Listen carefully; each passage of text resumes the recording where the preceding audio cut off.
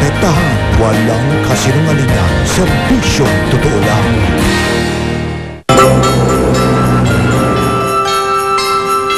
Tila kahit saan tumingin, damang-dama na ang nalalapit na Pasko. At kami sa Born to be Wild, di papahuli dyan.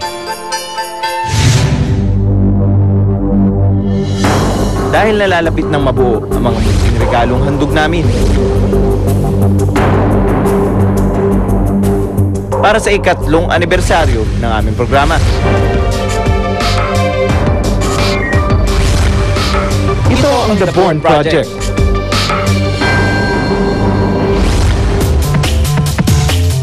Noong nakaraang Miyerkules, ipinakita namin sa inyo kung paano nangolekta ang Born to be Wild ng mga gamit ng plastic bottles.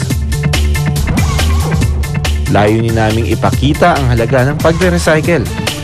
Kaya't imbis na maging basura, gagamitin ang mga boteng ito para sa iba't ibang kapaki-pakinabang na proyekto.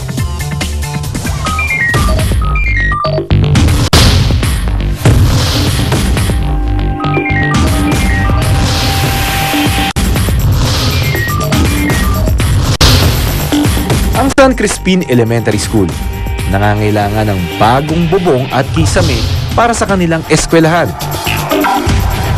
Sa pamamagitan ng recycling facility ng munisipalidad ng Los Baños, nagiging construction materials ang mga patapon ng plastic. Ang Chuchi Foundation naman gagamitin ang mga bote para i-recycle bilang kumot at t-shirt para ito sa isang espesyal na gift giving.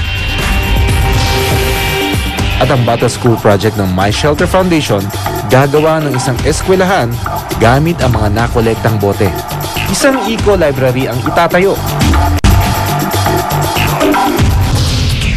Dumami ng dumami ang mga taong nais makabahagi. At ngayon, pati ang Kapuso Stars sumasali na. Kaya kami po ni Shine, sinusuporta namin ang The Born Project ng Born to be Wild. Gusto ko pong tumulong gumawa ng isang eskwelahan, kaya susuportahan ko ang Born Project ng Born to be Wild by collecting empty plastic bottles like this. 1.5 liter na bote. Klaro? Ready? Get set? Go! Sa programang Puso ng Pasko, sinama na rin ng Born Project ang kanilang challenge.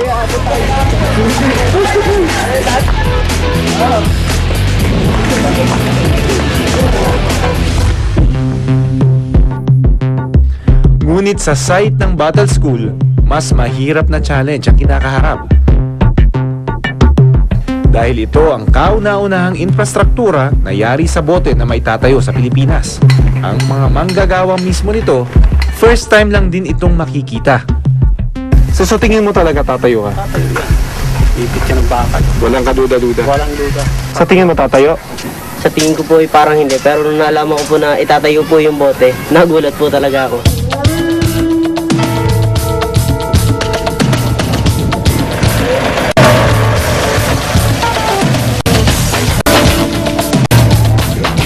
At dahil isang bagong konsepto, may panahong nangangapa sa paggawa. Actually, kung titignan natin, parang mas madali siya dahil patas-patas lang tayo. Pero actually, mas mahirap siya kesa dun sa mga hollow blocks. Kasi ang hollow blocks, uniform yung sizes. Ito namang mga bote, iba-iba dahil iba-iba yung mga manufacturers. At isa pa, since regular yung mga sizes nila, kailangan sundan mo yung guhit na mark mo. Otherwise, mag-iba-iba yung layers. Kaya kailangan mas maingat. Para sa isang eco-library gaya nito na may sukat na 60 square meters, eh mangangailangan tayo ng 4,000 na plastic bottles gaya nito. Bagong paraan man ang paggawa, sinisiguro ng My Shelter Foundation na ligtas ang paggamit ng mga plastic bottles sa construction ng isang eskwelahan. Yung sinasabi nilang toxic, siguro yung pag-inom, yung cumulative toxicity sa pag-inom ng ng mga tubig o mga liquids na galing dito. Pero sa construction man, walang toxicity to. Sa Los Baños, Laguna, kung saan ginagawa ang mga plastic panels para gawing kisame sa San Crispin Elementary School, tuloy na ang paggawa. Ang mga himay-himay na gamit na plastic, niluluto na parang bibingka para maging plastic panels. Di tulad ng pagtutunaw, ligtas sa kalusugan ng ganitong paraan dahil pinipipilang ang plastic kaya't wala itong nakakasamang usok o polusyon. Ang problema na to, hindi plastic ang may problema. Yung nagtapon ang may problema. Okay? Kaya nagiging negative ang pananaw ng tao sa plastic. Pero kung titignan mo talaga, ang tao din ang may kasalanan kung bakit sumama yung imahe ng plastic. Okay? Pero dapat matandaan natin, ang plastic pwedeng i-recycle. Lahat ng klaseng plastic pwede nating i-recycle.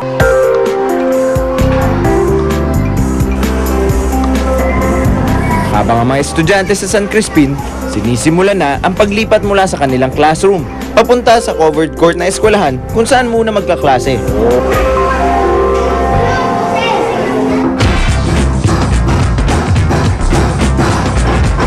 Sinisimula na ang pagbabaklas sa bubong bilang paghahanda sa pagre-renovate dito. Ngunit sa kalagitnaan ng paggawa ng plastic panel sa Los Baños,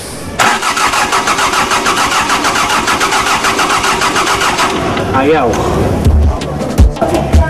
mukhang matatagalan bago mabuo ang 25 panels na kailangan para mapalitan ang bubong sa San Crispin. Pero marami mang aberya, meron din namang good news. Ang Chuchi Foundation. Naumpisahan na rin gawin ang mga kumot at t-shirt kapalit ng mga boteng ibinigay namin.